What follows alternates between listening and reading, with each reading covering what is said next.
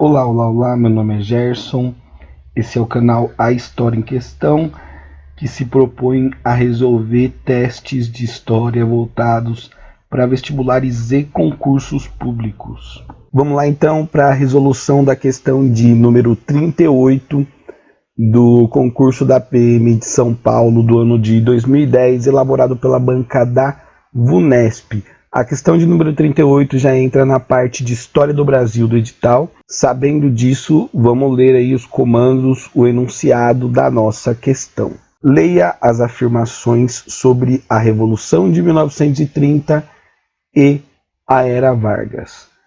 Sabendo que a questão pede para que seja feita a leitura das afirmações, a gente vai ler lá embaixo qual que é o segundo comando dessa questão. Tudo bem? Para poder ler as afirmações, já com o olho voltado para aquilo que vai ser pedido na hora de assinalar. Beleza, leia as afirmações sobre a Revolução de 1930 e a Era Vargas e estão corretas as afirmações.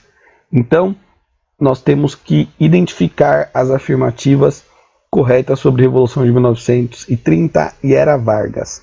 Vamos para a leitura então do item 1, da afirmativa 1. A emergência da classe média, do tenentismo e do movimento operário contribuiu para a vitória da Revolução de 1930. Primeiro aqui, a gente tem que ter em mente que a Revolução de 1930 é o movimento que vai levar o Getúlio Vargas ao poder. A Revolução de 1930 ela é importante e carrega esse nome de grande transformação, de revolução, porque ela rompe com a república oligárquica, ela rompe com aquela república que tradicionalmente a gente chama de República do Café com Leite. Quem que mandava nessa República do Café com Leite? Os cafeicultores, certo? Os grandes fazendeiros de café, especialmente os paulistas. Sabendo disso, o item 1 eu já vou assinalar aqui como correto, certo? A Revolução de 1930 tira os cafeicultores paulistas do poder. E qual que era o contexto, né, anterior à Revolução? A década de 20 é importante para entender o que vai acontecer lá na década de 30. Esse contexto anterior à Revolução mostra o crescimento, né, de uma classe média, especialmente uma classe média urbana. O Brasil vinha passando por uma transformação gradativa em que as pessoas vinham ocupando cada vez mais os ambientes urbanos, né, a cidade, e uma classe média vinha se formando, e essa classe média não se via representada numa república que era formada por uma elite, por uma oligarquia, né? Oligarquia é um grupo de poucas pessoas, por uma oligarquia de fazendeiros de café. Essa parte está ok. A Revolução de 30 tem contribuição do tenentismo, sim, e aí a gente tem que entender mais ou menos o que é o tenentismo. Na década de 1920, a República do Café com Leite, ou a República Oligárquica, ou a Primeira República, ela vai enfrentar uma série de movimentos de militares de baixa patente, descontentes com como a política do país vinha sendo conduzida. Por serem militares de baixa patente, esses caras vão ser chamados de tenente. Isso vai desencadear a revolta dos 18 do Forte, no Rio de Janeiro. Isso vai desencadear uma guerra em São Paulo. E o movimento tenentista mais conhecido é a Coluna Prestes, que vai circular o país inteiro fazendo denúncias e se posicionando contra essa República do Café com Leite, essa República dos Cafeicultores Paulistas.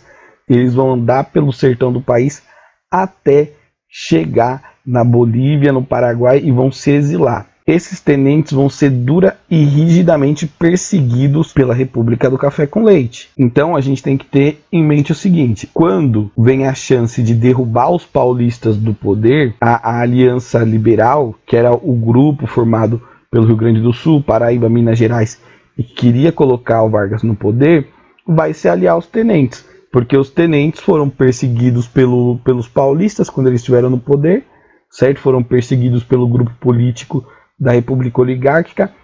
Naturalmente, esses tenentes se aliariam aos revolucionários de 30 para derrubar esse grupo com o qual eles não concordavam. Então essa informação está correta também. Entra nesse balaio de descontentamento com a República Velha o movimento operário.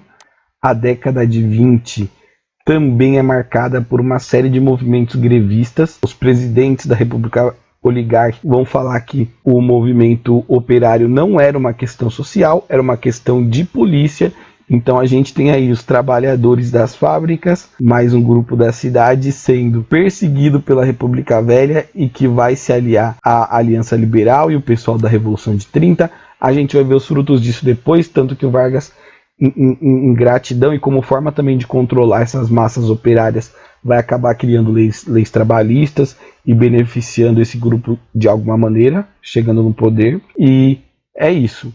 A emergência da classe média, ok, do tenentismo, correto, e do movimento operário contribuiu para a vitória da Revolução de 30. Sim, eram 3 grupos descontentes com a República Oligárquica, com os cafeicultores paulistas no poder e com o modo como eles conduziam a política. Esses 3 grupos vão se aliar à Aliança Liberal e vão se voltar para o lado dos revolucionários e vão ajudar sim a levar o Vargas ao poder. Sabendo que a afirmativa 1 está correta, a gente vai agora lá embaixo nas alternativas. A alternativa A tem a afirmativa 1, a alternativa B tem a afirmativa 1, a alternativa C tem a afirmativa 1, a alternativa D não tem, portanto a gente já elimina ela, tem que ter a 1 para estar correto. A alternativa E também vai ser eliminada, porque não tem a afirmativa 1 como correta. Estamos por 3 alternativas. Vamos lá para a leitura do segundo item, da segunda afirmação sobre a Revolução de 30 e a Era Vargas. Os estados da federação, insatisfeitos especialmente com a hegemonia de São Paulo, associados a setores econômicos como charqueadores, produtores de açúcar, de cacau e segmentos industriais, contribuíram para a derrubada do Estado oligárquico. Boa também essa alternativa.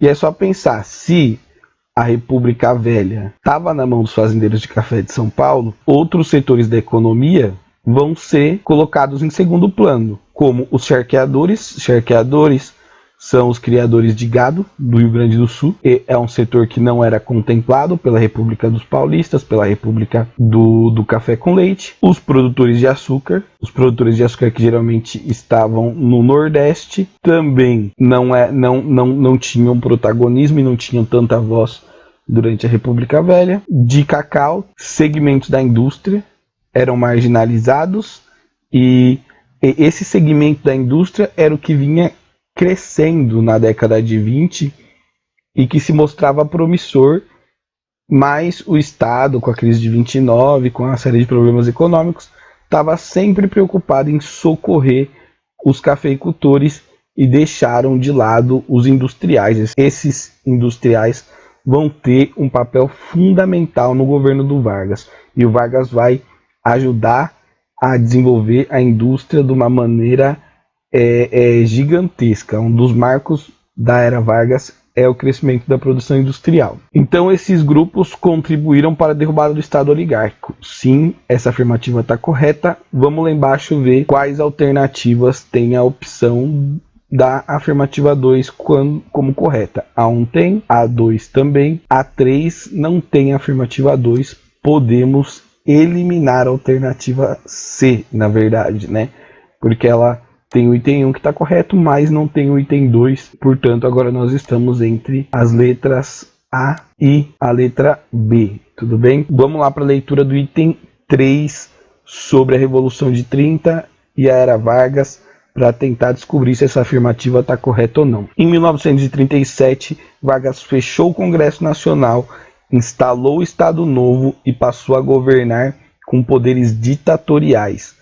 O governo passou a ser centralizado e o Departamento de Imprensa e Propaganda atuou na linha de frente da censura. 1937, para quem já fez o estudo correto da teoria, é o ano que começa o Estado Novo varguista. O Estado Novo foi a ditadura do Vargas. Então, essa primeira afirmativa está correta. Lá nos idos de 1935, existia uma série de conflitos ideológicos no Brasil entre comunistas e fascistas. Os comunistas tentaram dar um golpe para derrubar o Vargas, que nem precisou ser tão desmantelado. Foi uma tentativa de golpe atabalhoada, sem força, uma pataquada da parte dos comunistas, mas que serviu para que o Vargas colocasse o país em estado de sítio e começasse a alardear o povo, né, para falar, olha, os comunistas vão tentar chegar ao poder, os comunistas estão tentando dar um golpe. Esse clima, né, de anticomunismo e de medo de uma ditadura comunista, de um golpe, serviu para que em 1937 fosse forjado, né, dentro das Forças Armadas o Plano Cohen, né, que era um plano mentiroso, fajuto, falando que os comunistas planejavam dar um golpe no Brasil, e a partir desse plano falseado pelos militares, o Vargas decidiu dar um autogolpe. O que é um autogolpe? Ele deu um golpe nele mesmo. O Vargas fechou o Congresso e ele, que estava no poder como presidente constitucional, passou a exercer plenos poderes, passou a governar com poderes de ditador a partir de 1937, e assim iremos até 1945 na ditadura do Estado Novo. Então a primeira parte do item 3 está correto, vamos para a segunda. O governo passou a ser centralizado, óbvio, se é uma ditadura, gente, é um poder centralizado, tá? Tem uma afirmativa clássica, né? Nem todo poder centralizado é autoritário, mas todo autoritário é centralizador de poder. Então, se é uma ditadura, é poder centralizado. Centralizado em quem? No Vargas. Ele que manda em tudo. Ele fez cerimônia de queima das bandeiras estaduais. Ou seja, no período da ditadura do Estado Novo, não é para existir Estado, prefeitura, não é para existir regionalismo, é para existir o Brasil e é para existir o culto à figura de poder do Vargas. Além do governo, do poder centralizado, houve a criação do Departamento de Imprensa e Propaganda, que atuou na linha de frente da censura. Sim, Departamento de Imprensa e Propaganda, é o famoso DIP do Vargas, certo? Quando a gente vê esse nome, fica até bonito, ó, Departamento de Imprensa e Propaganda. Qual que era a função do DIP? Ele tinha duas funções específicas, tá? Primeiro, fazer propaganda dos valores nacionalistas e daquilo que era desejoso para o governo e para o Estado varguista. Então, uma mão era da propaganda política e a outra mão do DIP era a mão da censura. Não existe ditadura sem censura, gente. Você tem que falar bem do governo com a propaganda política e, de outro lado, calar os opositores, os críticos do Estado ditatorial. Portanto, a afirmativa aqui do item 3 está correta. Vamos lá embaixo ver quais alternativas tem os itens corretos, que são 1, 2 e 3. Alternativa A tem os itens 1, 2 e 3. Alternativa B tem os itens 1, 2 e 3. A gente ainda não conseguiu eliminar nenhuma. Ficamos aqui ainda entre a A e a B. Vamos conseguir decidir a afirmativa correta só após a leitura do item 4. Vamos lá. Entre as realizações da Era Vargas, pode-se destacar a criação da Justiça do Trabalho, ok. Justiça do Trabalho criada lá em 1932, no governo provisório do Vargas, do salário mínimo, sim, que vai ser efetivado pela CLT, que existe até hoje. CLT é a sigla para Consolidação das Leis do Trabalho, criada pelo Vargas e instituída na ditadura do Estado Novo. Lembrando que os trabalhadores estão lá no item 1, né, como uma das forças que ajudaram Vargas a chegar ao poder. Além de obras na área de infraestrutura, sim, o Vargas vai criar a CSN, por exemplo, que é a Companhia Siderúrgica Nacional, vai fazer a campanha do petróleo é nosso e vai desenvolver a Petrobras. Então a gente tem uma série de obras voltadas à infraestrutura que vão ser feitas no período varguista, e eu já dei esse spoiler ali no começo. Numa hábil negociação com os Estados Unidos, o Vargas vai conseguir fazer uma indústria de base, certo, que vai ficar nas mãos do governo, que é a Companhia Siderúrgica Nacional, e que vai colocar o Brasil dentro do rol dos países industrializados. O item 4, portanto, está correto. A alternativa que aponta os itens 1, 2, 3 e 4 como corretos é a alternativa A, certo? Então vamos aqui marcar a alternativa A. Essa é a alternativa correta. Todos os itens estão corretos. Esse tipo de questão, gente, com leitura de afirmação e identificação das corretas, é o ideal para você revisar conteúdo, tá? Porque ela vai passar uma série de informações e definições chave sobre um período histórico longo, o que vai te ajudar a fixar a informação. Questão muito boa de fazer, muito bem elaborada pela VUNESP. Eu fico por aqui com a resolução da questão 38. Logo mais a gente volta com a questão 39, que também vai falar de história do Brasil. Bons estudos e até mais.